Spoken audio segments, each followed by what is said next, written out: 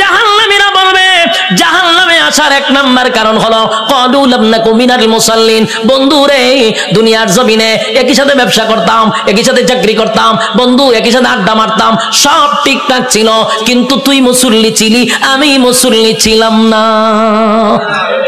ক্বালু লাম নাকু মিনাল মুসাল্লিন, তুমি নামাজি ছিলা, আমি নামাজি ছিলাম না। তাহলে বলুন তো দেখি, জাহান্নামে যাওয়ার এক নাম্বার কারণ কি না পড়া? আরো জোরে, কি না পড়া?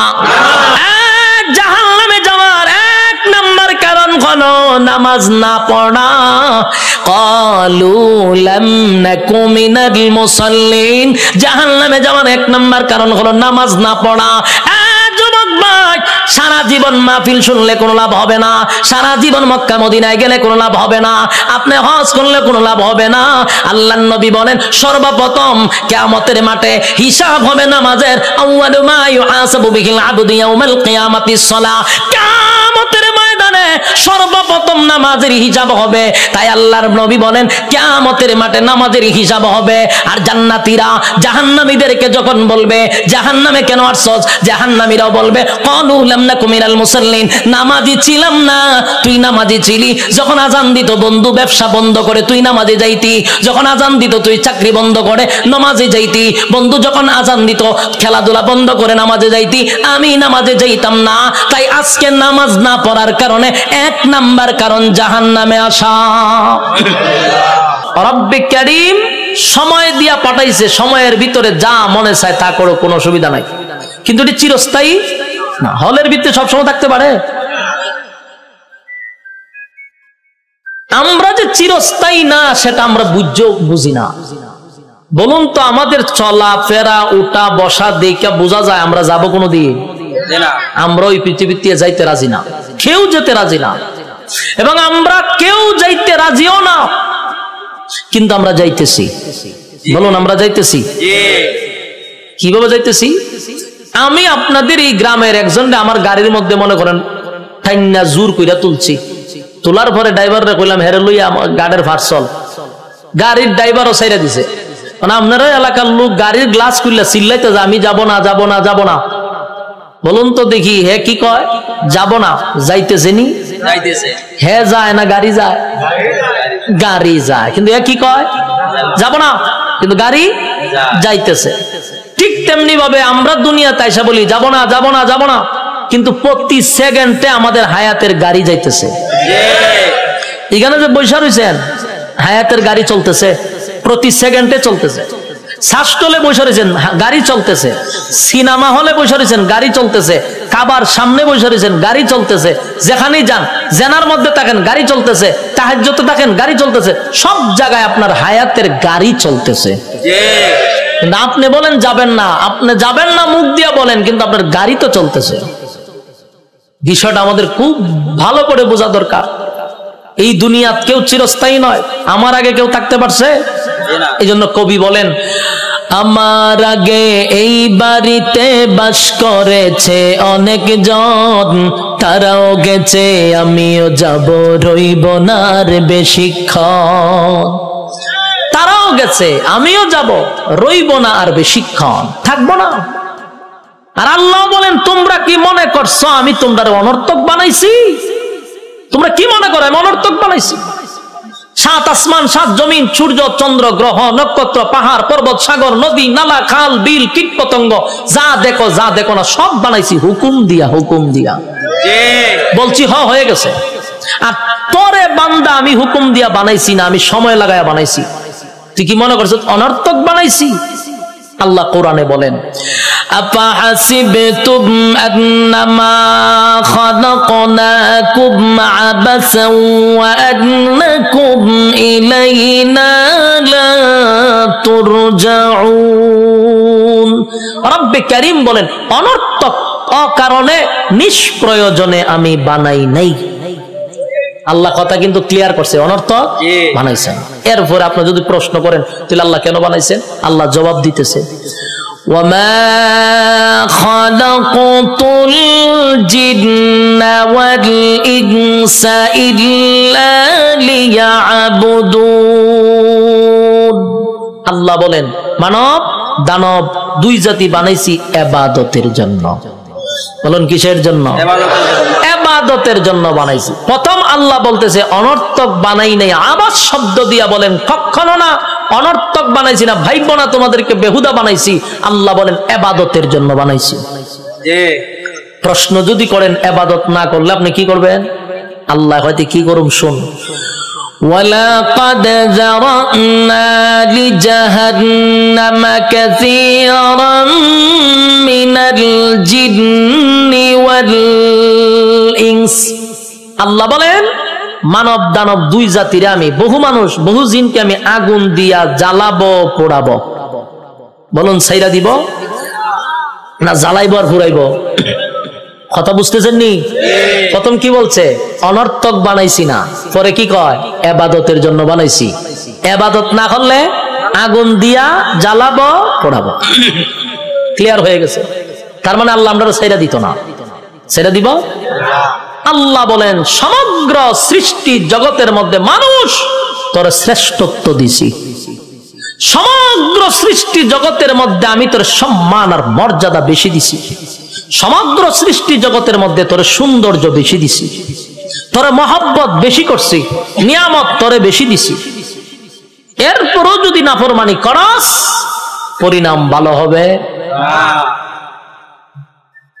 আফাহাসিবতুম আন্নামা খালাকনাকুম আবাসা ওয়া আন্নাকুম ইলাইনা লা তুরজাউন। রব্বে কারীম বলেন অনর্থক অকারণে আমি আল্লাহ তোরে বানাই নাই, নিজ প্রয়োজনে বানাই নাই। বান্দারে আমি কেন বানাইলাম শুন, ওয়ামা খালাকতুল জিন্না ওয়াল ইনসা ইল্লা লিয়াবুদুন। মানব দানব শুধুমাত্র কেবলমাত্র গোলামি করবি আমি আল্লাহ, গোলামি করবি আমি আল্লাহ। কুল কিয়ামতের মধ্যে আমি সম্মান আর মর্যাদা তোরে বেশি দিছি। বান্দা আসমান বানাইতে আমি আল্লাহ মিস্ত্রি লাগাই নাই, জমিন বানাইতে মিস্ত্রি আমি লাগাই নাই, সূর্য চন্দ্র গ্রহ নক্ষত্র বানাইতে মিস্ত্রি লাগাই নাই। আল্লাহ শুধু বলছেন ইন্নামা আমরুহু ইযা আরাদা শাইআন আয়াকুলা লাহু কুন ফায়াকুন। রব্বে কারীম বলেন আমি শুধু বলেছি কোন হয়ে গেছে, সব তো বানাইলাম আমি হুকুম দিয়া, কিন্তু মানুষ তোরে আমি বানাইছি আমি আল্লাহর কুদরতি হাত দিয়া, কুদরতি হাত দিয়া তোরে বানাইছি। তাহলে কত মহব্বত করে বানাইছে। এরপরে রব্বে কারীম বলেন কুদরতি হাত দিয়া বানাইয়া শেষ নয় গো। আল্লাহ বলেন গোটা সৃষ্টি জগতের মধ্যে আমি তোর থেকে সুন্দর কাউরে বানাই নাই। আসেনি এলাকার সুবহানাল্লাহ? তা আপনারা কোন সময় সুবহানাল্লাহটা কন? আমার কইবেন নি? আপনারা এলাকার ঠাড়া বললে সুবহানাল্লাহ কন, তো কোন সময় কন আমার কইয়েন? আমি তো জানি না। সমগ্র সৃষ্টি জগতের মধ্যে সুন্দর কারে বানাইছে? আমরা অনেক সময় কই সুন্দর মানুষ দেখলে লোকটা ফেরেশতার মতো সুন্দর, কই না? কিন্তু আল্লাহ কয় ফেরেশতা সুন্দর আমি কোরআনের কোথাও বলি নাই।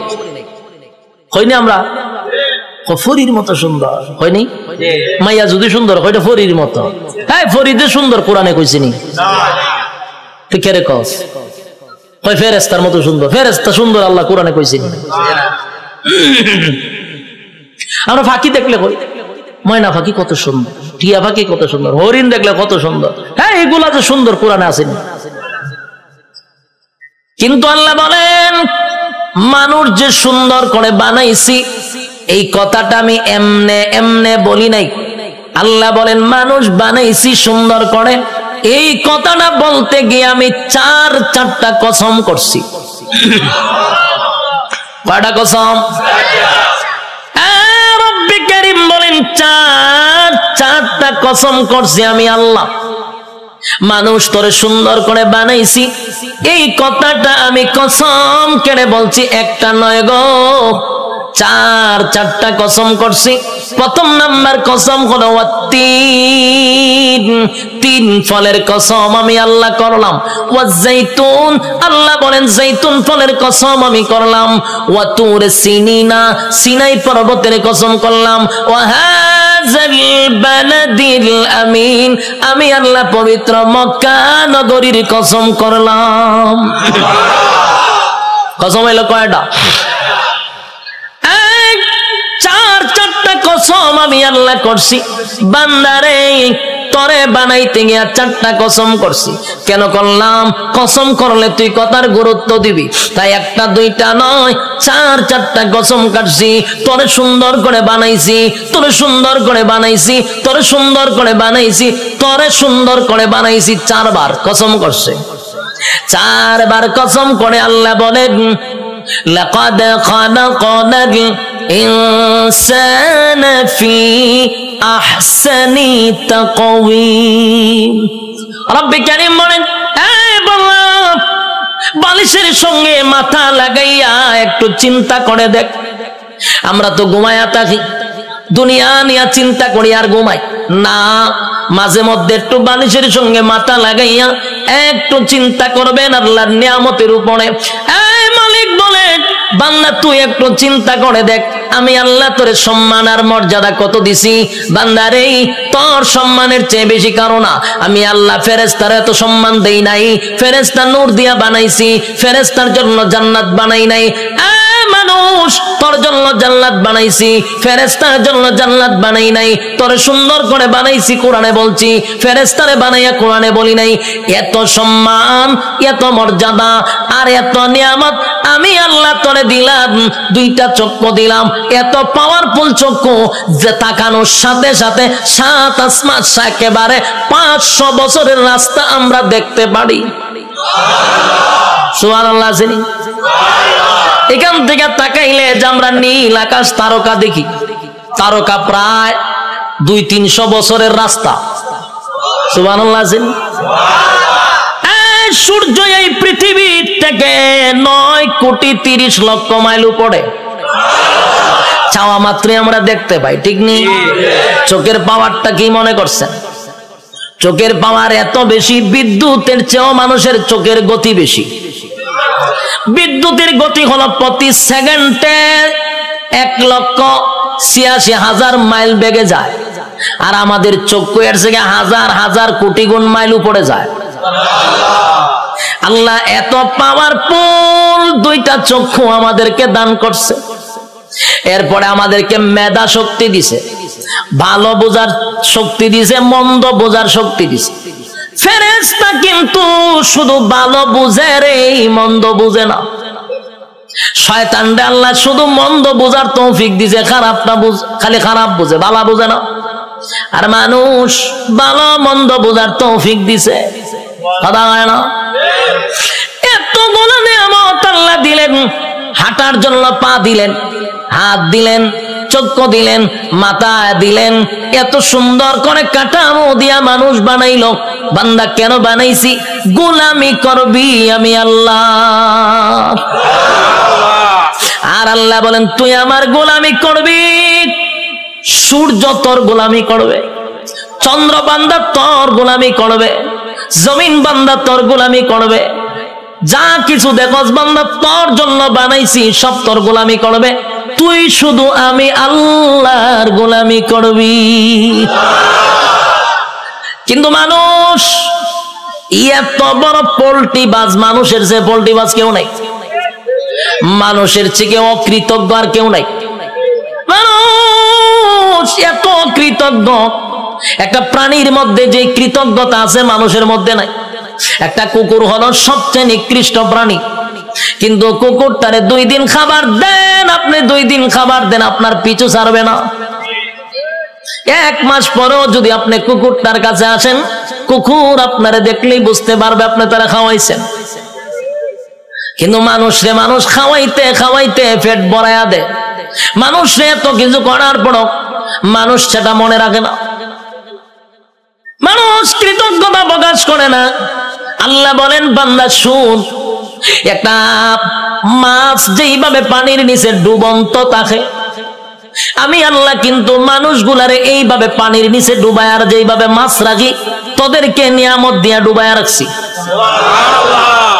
নিয়ামতের মধ্যে আমরা ডুবন্ত, মাছ যেইভাবে পানির নিচে ডুবন্ত, বান্দারে আমি তোরে নিয়ামত দিয়ে এইভাবে ডুবায় রাখছি।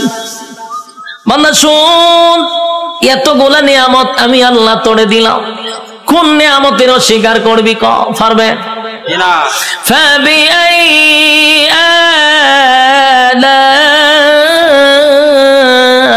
আলাই রাব্বিকুমা তুকাযিবান।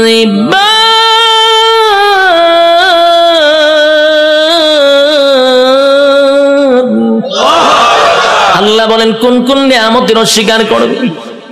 আমি আল্লাহ তোরে কি দেই নাই বল?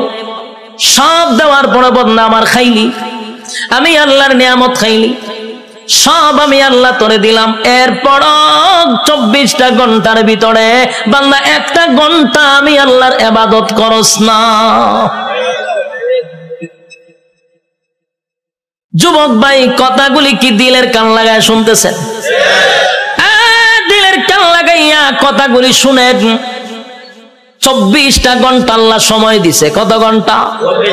রাইতে দিনে 24 ঘন্টা। দিলের মধ্যে একটু প্রশ্ন করেন তো দেখি, 24টা ঘন্টার ভিতরে আল্লাহ তো দিল আমরা 24 ঘন্টা।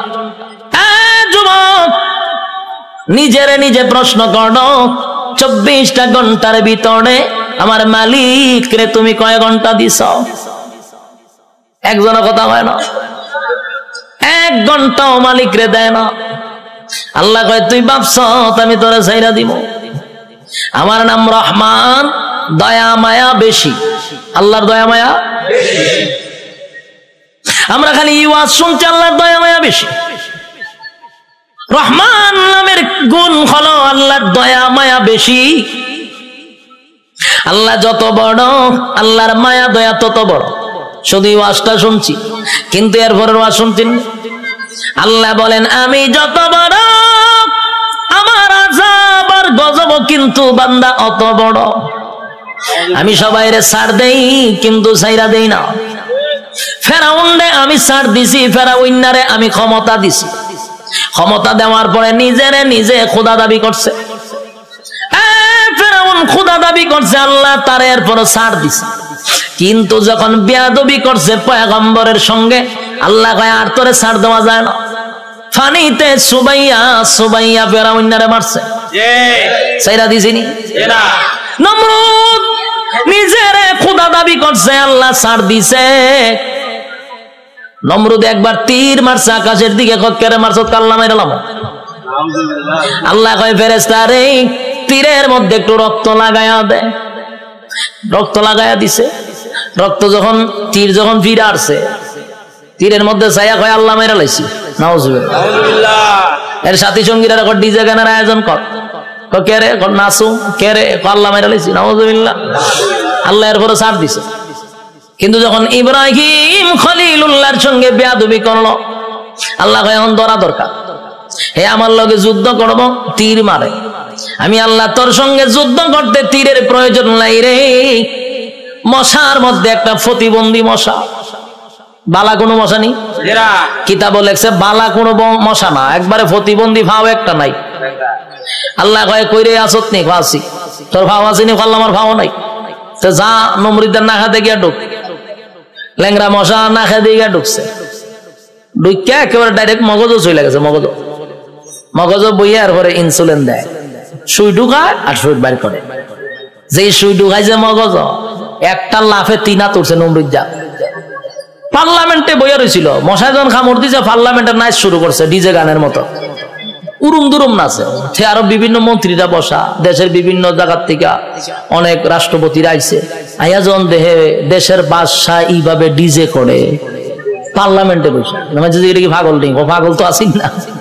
হঠাৎ করে নাচে কা, ও নাচতে নাচতে মশাও তো কম খারাপ না, কারণ টেং টুং যেদিন না থাকে এরা মারাত্মক খারাপ থাকে। এই মশা কিন্তু মারাত্মক খারাপ। হেদের সুই ডুগাছে বাইর করে না। আর এইদিকে নমরুদ্দা ডিজে গানের মতো নাচতেছে, কোনোভাবেই ব্যথা কমে না। নাচে মানে ঘটনা কি যা পায় তা দিয়া মাথার তা পায়, কোনোভাবেই ব্যথা কমতেছে না। হঠাৎ আসেন জুতা একটা গাছ, এটা জুতাটা মারছে মাথার বাড়ি।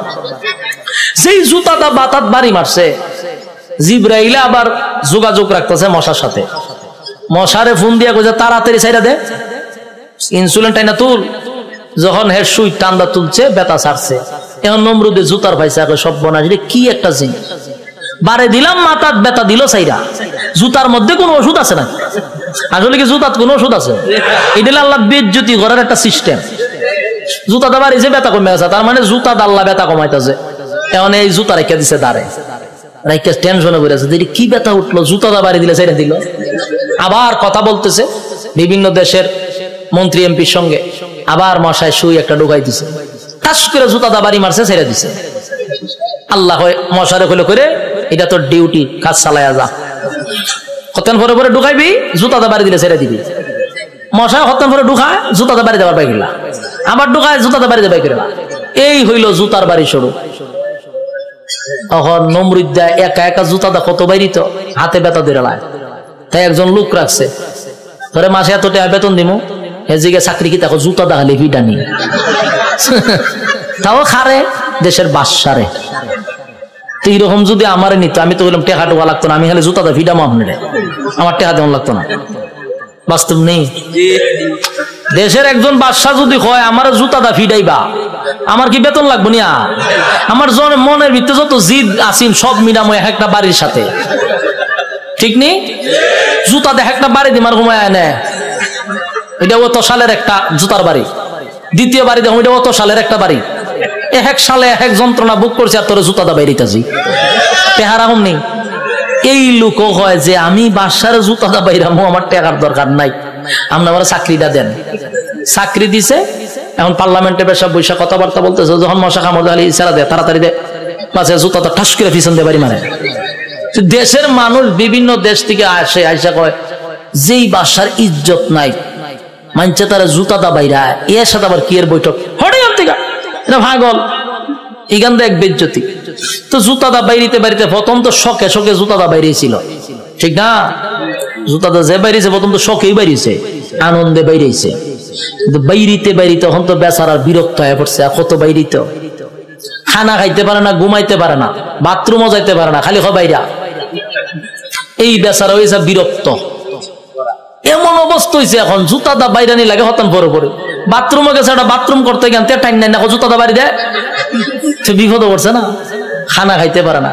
এই বেচারা কয় এর যদি আমি জুতাটা বাইরিতে থাকি আমি এমনি মরে যাবো, খাওয়ার নাই ঘুম নাই তো আমার মরণ হয়, তে একবার এর মাইরি মরে যাই। এখন হে কইল সিদ্ধান্ত নিয়েছে, না এমন মরম, এমন মরম, চাকরি না করলে আমার গরদান যাইব, আর আমি যদি চাকরি করতে চাই আমি এমনি মরে যাবো, তে এক বালা হেরে মাইরা মরে যাই। তখন একদিন জুতার বদলা বড় একটা মুগুর লইছে, আমরা এটা কি তা কই মুগুর কইনি, মুগুর লইছে একটা, লইয়া পিছে বইয়া দিছে। যখন জুতাটা বাড়ি দে, তখন মুগুর লইয়া যৎকান শরীরে শক্তি আসিন, একটা বাড়ি দিছে, মাথা দুই ভাগ হয়ে যা। ল্যাংরা মশা যে মাথার ধরেছেন, ছায়া দেয় ছাদ নাই, ছাদ নাই, মশায় চিন্তা করবো যেরকম একটা নোংরা পরিবেশে আর বন যায়, মশা গেছে। নমরুদ্দা শেষ নি, কার সাথে পাল্লা লইছিল? আল্লাহ মারছে কেমনে? জুতা দা ফিডাইয়া মারছে। এই জন্য আল্লাহ ছাড় দেয়, ছেড়ে দেয় না। বুঝসারে চিনুন না আপনারা, এখানে যারা বয়স 30 আছে এরা বুঝসারে চিনব। ডব্লিউ বুশ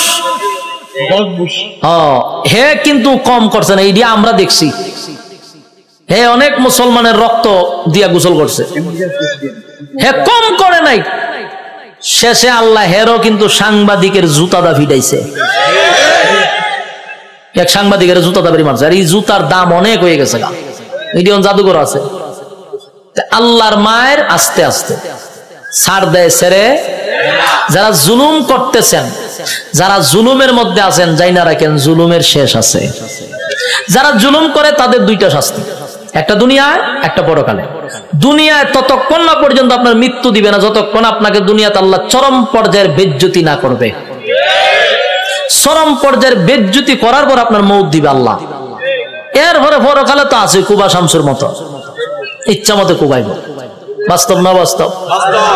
সাইজ কিন্তু আল্লাহ ছেড়ে দিত না, জনমের সাইজ করবো। এই জন্য যারা জুলুম করেন স্পষ্ট শুনে রাখেন, প্রথম নাম্বার কথা হলো ততক্ষণ না মরবেন না যতক্ষণ আপনার আল্লাহ দুনিয়াতে চরম পর্যায়ের বেজ্জতি না করবে, অপমান করবে, এরপরে মৃত্যু দিবে। আর পরকালে তা আছে ওয়াং সাং সুচি কিতা ইজ্জতে আসেনি, তাইরে জনমের দেওয়া দিতাছে, এখন বন্দি করে রাখছে। পারমার মুসলমানের রক্ত খাইছিল না, তাই রক্ত চুষা খাইতেছে। আরো বেজ্জতি হইব, আরো দেখবেন সামনে, অপেক্ষায় থাকেন। বাকিটা দেখার বয়স আপনারা রয়েছে, আল্লাহ দেখাইব। আল্লাহ বলেন ছাড় দেই কিন্তু ছেড়ে দেই না, আমি যখন ছাড় দেই বুঝিস না আমি তোরে ছাইরা দিছি। ধরব যেদিন আমি আল্লাহ ধরব, জনমের ধরা ধরব, পৃথিবীর কেউ তোরে রক্ষা করতে পারবে না। আমি আল্লাহর নিয়ামত খাইয়া আমি আল্লাহর নাফরমানি কর ছাইরা দিব না, কিন্তু জনমের ধরা ধরব।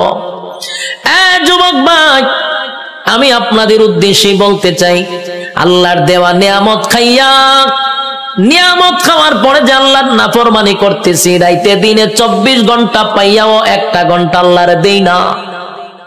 ইমাম সাহেব যদি বলে আসেন না একটু নামাজে যায়, উত্তর দেয় হুজুর নামাজের সময় নাই। যদি কয় আসেন না মাহফিলে যাই, আমার সময় নাই। বেচারা খুব ব্যস্ত, সময় নাই, সময় নাই, সময় নাই, যে কোনো বিষয় লোক আমার সময় নাই। প্রশ্ন হলো তোমার সময় নাই, সময় নাই, কিন্তু যেই লোকটা বলছে নামাজের জন্য সময় নাই, ওয়াজ মাহফিলের জন্য সময় নাই, এই লোকটারই দেখবেন ব্যবসার জন্য সময় আছে, চাকরির জন্য সময় আছে, বন্ধুদের আড্ডায় সময় আছে, বিশ্বকাপ খেলা 90 মিনিট দাঁড়ায়া দেখার সময় আছে, বিভিন্ন জায়গায় আড্ডায়, কফি আড্ডায় সময় আছে, সব জায়গায় বেচারার সময় আছে। সময় নাই শুধু আল্লাহর বেলা। আল্লাহ বলেন সময় তো আমি দিছিলাম, সময় কাটা দিছে আল্লাহ। বলেন সময়ের মালিক আমি তোরে সময় দিলাম রে, আমার দেওয়ার সময় পাইয়া আমারে দিলি না, মন গড়া সময় নষ্ট করলি। বান্দা আমি পাই পাই পাই পাই করে তোর কাছ থেকে হিসাব নিব, বান্দা হিসাব না দিয়া সামনে আগাইতে পারবি না। আপনারা কিতা মনে হয় আল্লাহ আমরা সেইটা দিব হিসাব না নিয়া? হিসাব নিব। আগেই বলছি অতগুলা নিয়ামত আল্লাহ আমরা দিছে, এমনে ছেড়ে দিত না, হিসাব না নিয়া। কথা কয় না? একটা এক্সাম্পল দিই, সহজে বুঝতে পারবেন। আপনারা মনে করেন চরপেশন সবচেয়ে ভালো হোটেল, সেখানে মনে করেন একজন লোক ঢুকছে খানা খাওয়ার জন্য, একজন লোক ঢুকছে, ঢুইকা যারে অর্ডার দেয় তার নাম কি? মেসিয়ার। মেসিয়ার হইল ভাই খানা নিয়ে আয়, কি আছে? তো দেখবেন মেসিয়ারের একটা অভ্যাস হইলো একটা নাই 50টা নাম কইব। গুড়া মাছ আছে, বড় মাছ আছে, উইল মাছ আছে, তারপরে আপনার গরু আছে, ছাগল আছে, কতটা হয় না? আমি অনেক সময় কিচ্ছু বুঝি না, চাই তাই একটা না হয়, আমি ভাই হাফিজি বলা লাগতো না, তুই আস্তে আস্তে একটা একটা করে ওদিকে আমি খাইতাম না জায়গা, এত নাম কয় একটাও একটা হয় না, লাস্ট গুরুর ইয়াদ আছে। তো এই লোকে যখন এতগুলা নাম কইছে, চিন্তা করলো এতগুলা নাম কইছে কোনটা কমো, আচ্ছা সব লইয়া যা। মেসিয়ারে আনতেছে, টেবিল সাজাইছে, খাইতেছে। খানা দেখে মেসিয়ারে দে লক্ষণ বালা না, যে যিনি টেকা নে উনারে কি কয়? ম্যানেজার। কেশিয়ার তো ম্যানেজার।